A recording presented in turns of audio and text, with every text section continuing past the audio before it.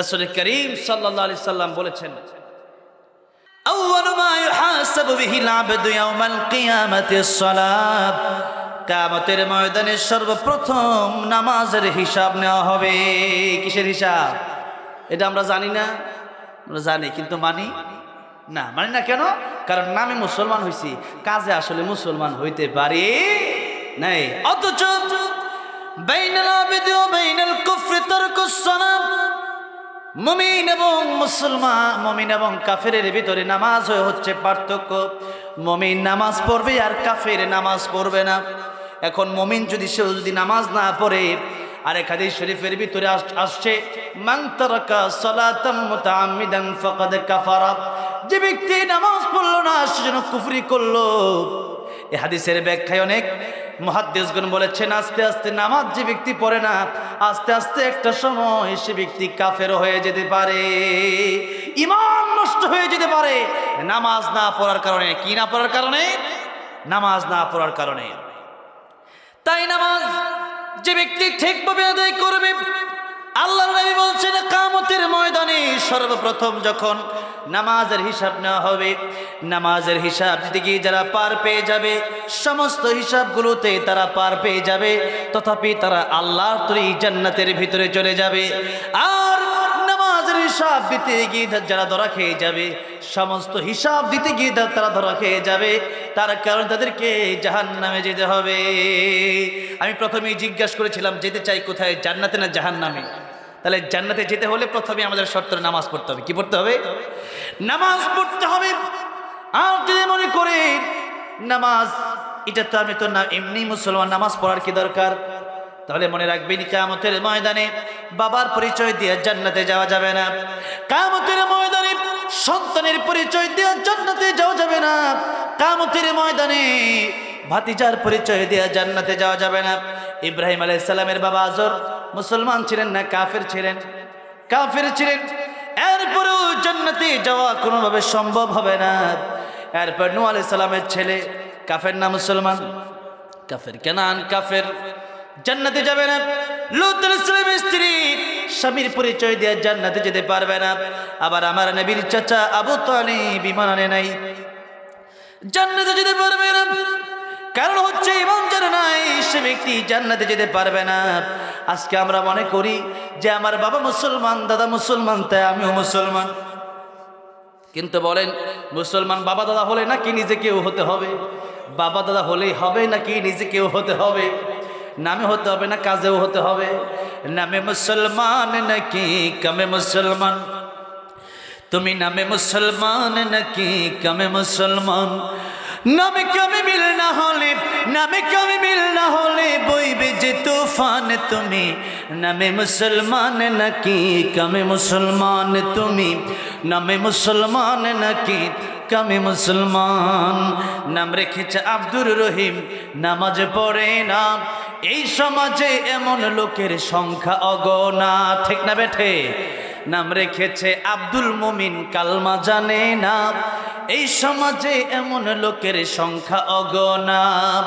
এমন সমাজ বদলা থেকে, এমন সমাজ বদলা থেকে রাখবে অবদান। তুমি নামে মুসলমান নাকি কামে মুসলমান? তুমি নামে মুসলমান নাকি কামে মুসলমান?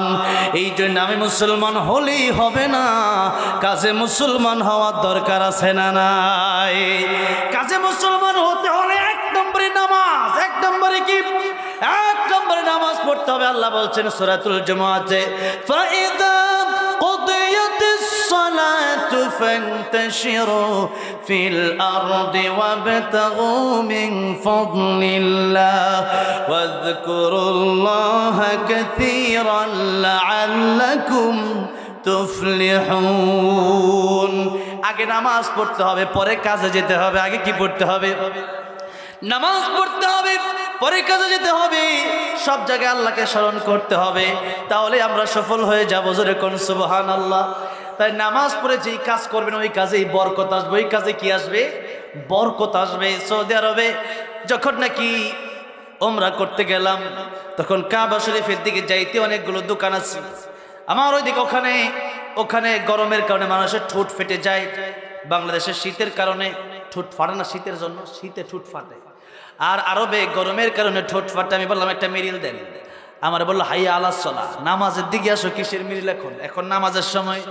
নামাজের সময় যখন হয়ে যাবে, কোন মুসলমান মুমিন যারা হবে, সত্যিকারের খাঁটি মুমিন যারা হবে, যারা জান্নাতে যেতে চায়, তারা দোকান খোলা রাখবে না, বন্ধ রাখবে। ওই 10টা মিনিট দোকান বন্ধ, কোনো বিক্রি হবে না, লাগলেও বিক্রি হবে না। আপনি মনে করতে পারেন এটাই আমার জন্য অনেক কল্যাণকর হতে পারে, কিন্তু সেটাই আপনার জন্য ক্ষতির কারণ হয়ে যাবে, সেটাই আপনার জন্য লসের কারণ হয়ে যাবে, সেটাই আপনার জন্য খাসিরাত দুনিয়া ওয়াল আখিরাত, দুনিয়া এবং আখিরাতের জন্য ক্ষতিগ্রস্ত হয়ে যাবে। সেই কাজটাই, যেই ব্যবসাটা নামাজের সময় হয়ে যাবে, নামাজের সময় যখন হলো আর কিছুর দিকে আমার মনোযোগ থাকতে পারে না, তখন একদিকে আমার মনোযোগ থাকবে, সেটা হলো মসজিদ। সেটা কি? সেটা কি? মসজিদ। এরকম ভাবে নামাজ পড়তে হবে। আবার আমার আগে হুজুর হাদিস বলেছেন, মান বানা লিল্লাহি মাসজিদান বানাল্লাহু লাহু বাইতান ফিল জান্নাহ। জান্নাতে একটা ঘর বানায় দিবেন যদি আমরা মসজিদ বানায় দেই, ঠিক না? আর জান্নাতের একটা ঘর সবচেয়ে ছোট ঘর হবে দুনিয়ার চেয়ে 10 গুণ বড়। তাহলে কি মনে করেন আমার আল্লাহ যত বড়, আল্লাহ দিবেনও তত বড়।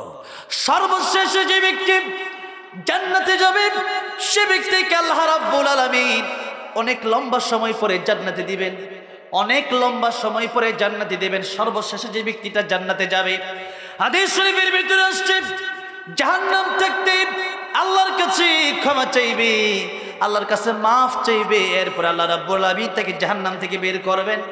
এরপরে একটা গাছের দিকে তাকে নিয়ে যাওয়া হবে। এই গাছে যখন তাকে নিয়ে যাওয়া হবে, আরেকটা গাছ সে দেখতে পাবে, সে চাইবে আল্লাহ এই গাছ থেকে ওই গাছটা আরো বেশি সুন্দর, ওই গাছের কাছে যদি আমাকে নাও, তাহলে তোমার কাছে আমি আর কিছু চাইবো না। অনেক লম্বা ঘটনা, এত লম্বা ঘটনা আজকে বলা সম্ভব নয়। একটা, দুইটা, তিনটা গাছ পার হয়ে যাবে। হাদিস শরীফের ভিতরে আসছে, একটা সময় সে ব্যক্তি জান্নাত দেখতে পাবে, যেরকম সুবহানাল্লাহ। এবার সে ব্যক্তিটা আল্লাহর কাছে বলবে, আল্লাহ জান্নাতের বারান্দায় কি আমার একটু জায়গা হবে? আল্লাহ বলবেন, তোর ঈমান সবচেয়ে কম ছিল দুনিয়ায়, তোকে আমি আজকে আল্লাহ যেই জান্নাতটা দেব, এই জান্নাতটা দুনিয়ার চাইতেও আরো 10 গুণ বড় হবে। তখন বান্দা, হাদিস শরীফে এরকম আসছে, সে ব্যক্তি বলবে, আল্লাহ তাস্তাহজিউ মিন্নি, আমার সাথে কি আপনি ঠাট্টা করেন? যেরকম সুবহানাল্লাহ। আল্লাহ রে বলে, আল্লাহ আপনি ঠাট্টা করেন? আমি জান্নাত থেকে বাইর হয়ে আসছি, এটাই তোমার জন্য সবচেয়ে শান্তির, আবার জান্নাত দিবেন আমার দুনিয়ার চেয়ে 10 গুণ বড়। আল্লাহ বলবেন, আমার ঘোষণা ছিল এটা, এই দুনিয়ার চেয়ে বড় 10 গুণ বড় যেন সবচেয়ে কম ঈমান যার থাকবে তাকে দেবো। যেরকম সুবহানাল্লাহ। তোর সবচেয়ে কম ঈমান, তাই আজকে জাহান্নামে অনেকদিন খেটে তুই এখানে আসলি, তোকে আমি আল্লাহ জান্নাত দেব, একটা দুনিয়া, দুইটা নয়, এই দুনিয়ার চেয়ে 10 গুণ বড়। সুবহানাল্লাহ। তাহলে কি মনে করেন মসজিদের সাথে সম্পর্ক আমাদের রাখার দরকার আছে না নাই? আছে। কিভাবে? দান করেও সম্পর্ক রাখতে হবে, আবার আমাদের মসজিদে নামাজ পড়েও সম্পর্ক রাখতে হবে। তাহলে আল্লাহর কাছে আমরা থাকতে পারবো। কার কাছে থাকতে পারবো? জান্নাতে। জান্নাতে, এই জান্নাত হলো সাত আকাশের উপরে, আর জাহান্নাম 7 জমিনের নিচে। তাহলে আল্লাহর কাছে আমরা যেতে চাই কি যাই না? মালিক তুমি জান্নাতে, তোমার কাছে আমায় একটি ঘর বানিয়ে দিও, একটি ঘর বানিয়ে দিও। পড়ে আল্লাহুম্মা আমিন। আল্লাহর কাছে যদি থাকতে চান, আল্লাহর পাশে যদি থাকতে চান, তাহলে মসজিদের সাথে সম্পর্ক লাগাতে হবে, নামাজের সাথে সম্পর্ক বাড়াতে হবে, মসজিদে দান করতে হবে, মসজিদের যে কোনো প্রয়োজন আপনাকে দেখতে হবে, মসজিদের পাশে আপনাকে থাকতে হবে। সেজন্য আসুন, নামাজ বাদ দিয়ে জান্নাতে যাওয়ার কোনো সিস্টেম নাই। সেজন্য নামাজ আগে, এরপরে অন্য সমস্ত কাজ। তাহলে 1 নাম্বার, কিয়ামতের ময়দানে মানুষ জাহান্নামে যাওয়ার পরে যে সমস্ত কারণগুলোর কারণে মানুষ জাহান্নামে যাবে, এর মধ্যে প্রধান কারণই হচ্ছে মানুষ নামাজি না হওয়ার কারণে জাহান্নামে যাবে। বলেন কেন? নামাজি না হওয়ার কারণে। 2 নম্বরে আল্লাহ রাব্বুল আমিন বলছেন, ওয়ালাম নাকুনু তুইমুল মিসকিন। গরীব, অসহায়, মিসকিন, এতিম, অনাথ, তাদের পাশে না দাঁড়ানোর কারণে, নিজের বাড়িতে নিজের ক্যাশে অনেক টাকা পয়সা, অনেক খাবার, অনেক আইটেম, অনেক সম্পদ আল্লাহ আমার দিল, কিন্তু আমি একজন গরিব আমার বাড়ির পাশে আছে, আমি তাকে দেখলাম না। আমার বাড়ির পাশে একজন এতিম আছে, তার আমি দেখলাম না। আমার বাড়ির পাশে একজন মিসকিন আছে, তাকে আমি দেখলাম না। যার খাওয়ার মতো আমরা দিনে 3 বেলা না, অনেকে 6 বেলাও খাই, আর একজন দিনে 1 বেলাও খেতে পারে না। তারপরে নিজের জাকাতের টাকাটা পর্যন্ত আমরা ঠিকভাবে দেই। এই জাকাতের টাকাগুলা কিয়ামতের ময়দানে যারা না দেবে সাপ হয়ে যাবে, এরপর তাকে পেঁচাবে, এরপরে বলবে আমি তোর সেই সম্পদ, যে সম্পদ তুই জাকাত দেস নাই। আর জাকাত দিলেও কেউ জাকাত দেয়, তখন জাকাত দিলে দেখা গেছে অনেক সময় ঘোষণা দিয়ে জাকাত দেওয়া হয়। একটা লুঙ্গি মাত্র 200 টাকার লুঙ্গি, এটা নেওয়ার জন্য এত মারামারি। একটা শাড়ি নেওয়ার জন্য কত মারামারি।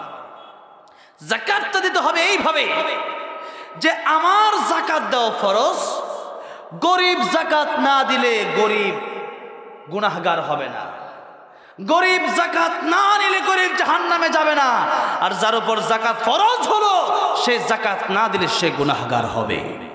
তাহলে জাকাত গরিব এসে নেওয়া গরিবের দায়িত্ব নয়, বরং গরিব খুঁজে খুঁজে, মিসকিন খুঁজে খুঁজে জাকাতটা পৌঁছে দেওয়া যে ব্যক্তি ধনী তার দায়িত্ব, ঠিক না বেঠিক?